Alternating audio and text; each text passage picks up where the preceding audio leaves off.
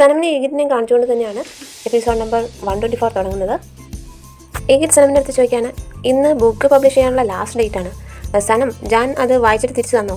ഇത് കേട്ട് സനം, ഇല്ല ഈഗിറ്റ്, ജാൻ അത് പബ്ലിഷ് ചെയ്യാൻ നമ്മളെ അനുവദിക്കുമെന്ന് എനിക്ക് തോന്നുന്നില്ല.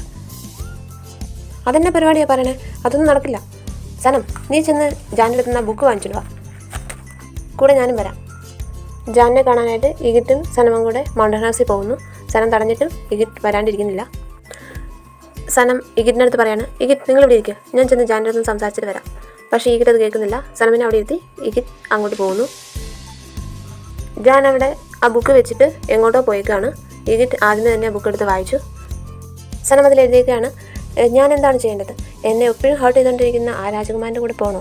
പക്ഷേ എനിക്ക് അത് പോയേ മതിയാവുള്ളൂ, കാരണം അദ്ദേഹം ഇല്ലാണ്ട് എനിക്ക് ജീവിക്കാൻ പറ്റില്ല. ഇത് വായിക്കുമ്പോഴേക്കും ഈഗിറ്റിന് ദേഷ്യം കൂടും. ഈഗിറ്റ് അപ്പോഴാണ് ഉമ്മ പറഞ്ഞത് ഓർത്തത്, നീ മിക്കവാറും അവരുടെ ലവ് സ്റ്റോറി പബ്ലിഷ് ചെയ്തിട്ടിരിക്കുകയുള്ളൂ. ഇതും കൂടെ ഓർത്തപ്പോഴേക്കും ഈഗിറ്റിന് ദേഷ്യം കൺട്രോൾ ചെയ്യാൻ പറ്റാണ്ടായി.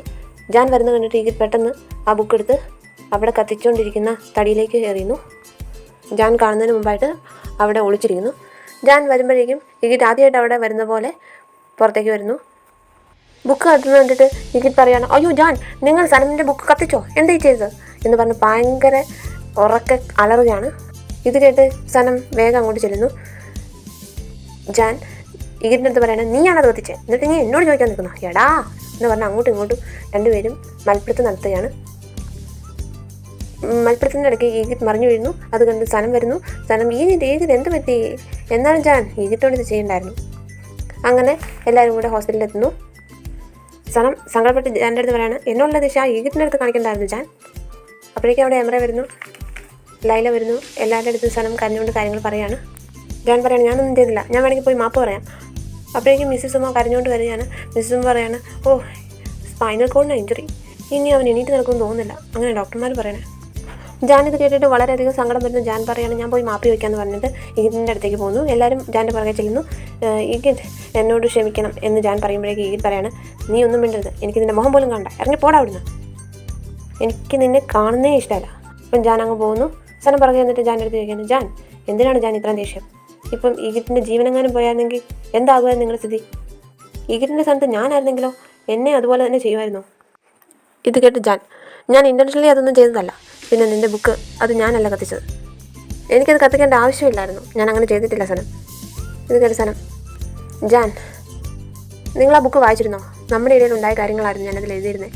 വായിച്ചെങ്കിൽ അറ്റ്ലീസ്റ്റ് അതിനെക്കുറിച്ചുള്ള ഒരു സെൻറ്റൻസ് എങ്കിലും അതിൽ പറഞ്ഞിട്ടുള്ള ഏതെങ്കിലും ഒരു കാര്യം പറയാൻ പറ്റുമോ? ജാൻ മറുപടി ഒന്നും പറയുന്നില്ല. അപ്പോൾ സനം പറയാണ്, എനിക്കറിയാം ജാൻ, നിങ്ങളത് വായിച്ചിട്ടില്ല, നിങ്ങൾ മനഃപൂർവ്വം അത് കത്തിച്ചതാണ്, എനിക്കറിയാം, ഇനി എനിക്ക് നിങ്ങളൊന്നും പറയാനില്ല.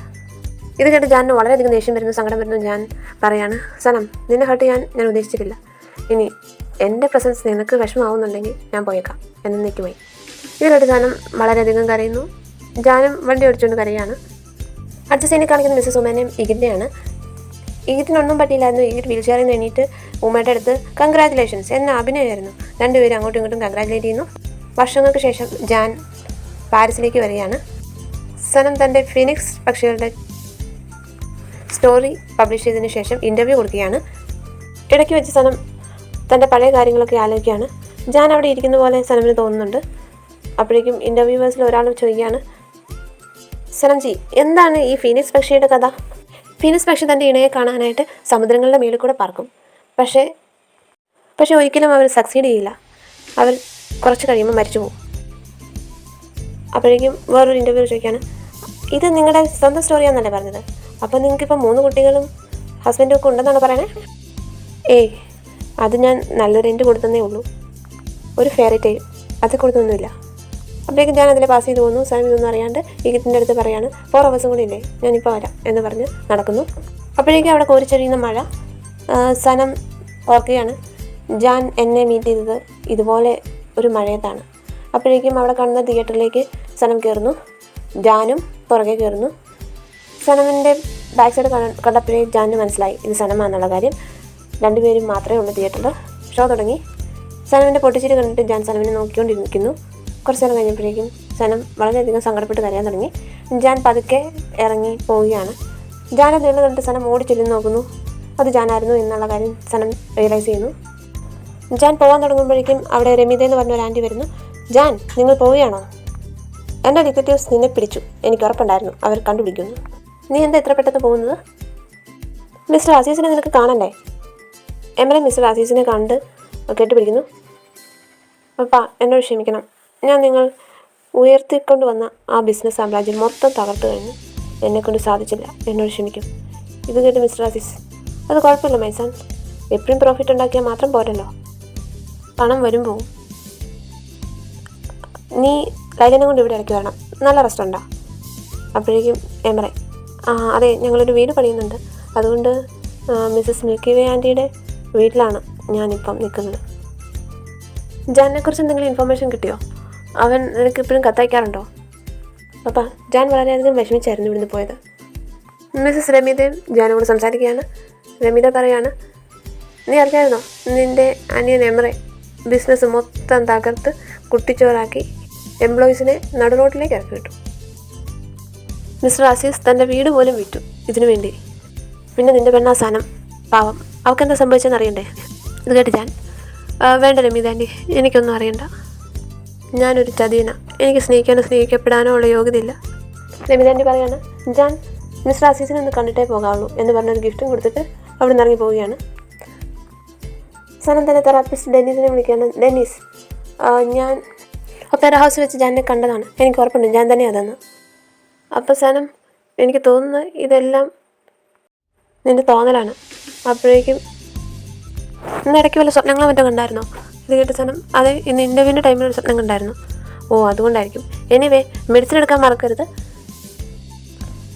സനം പറയുകയാണ് ഡെന്നീസിൻ്റെ അടുത്ത്, ഞാൻ സ്വപ്നം കണ്ട എന്താണെന്നറിയാമോ? ഞങ്ങൾക്ക് 3 പിള്ളേരുണ്ടായിരുന്നു.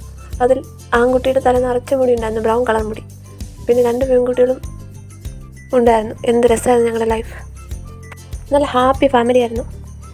എന്ത് ചെയ്യാൻ, പെട്ടെന്ന് എൻ്റെ സ്വപ്നം മറന്നുപോയി. പക്ഷേ എനിക്ക് ഉറപ്പുണ്ട് ഞാൻ ഇന്ന് കണ്ടത് ജാനിനെ തന്നെയാണ്. ഇത് കേട്ട് ഡെന്നീസ് മെഡിസിനൊക്കെ കഴിക്കണമെന്ന് പറഞ്ഞ് കട്ട് ചെയ്യുന്നു. എമറെ മിസ്റ്റർ അസീസിൻ്റെ അടുത്ത് സംസാരിക്കുകയാണ്. ഡാഡ്, നമ്മുടെ സനവിനെ തിരിച്ചു കൊണ്ടുവരണമെങ്കിൽ ജാൻ്റെ പ്രസൻസ് അത്യാവശ്യമാണ്. ജാൻ്റെ ഗെറ്റപ്പിൽ ജെ വിക്രി ഹരികർ കമ്പനിയുടെ ബോർഡും വെച്ച് പച്ചക്കറികൾ വിൽക്കുകയാണ്. ഇത് കണ്ട് എമറെ പറയാണ്, ജെ നീ ഒരു കാര്യം ശ്രദ്ധിച്ചോ?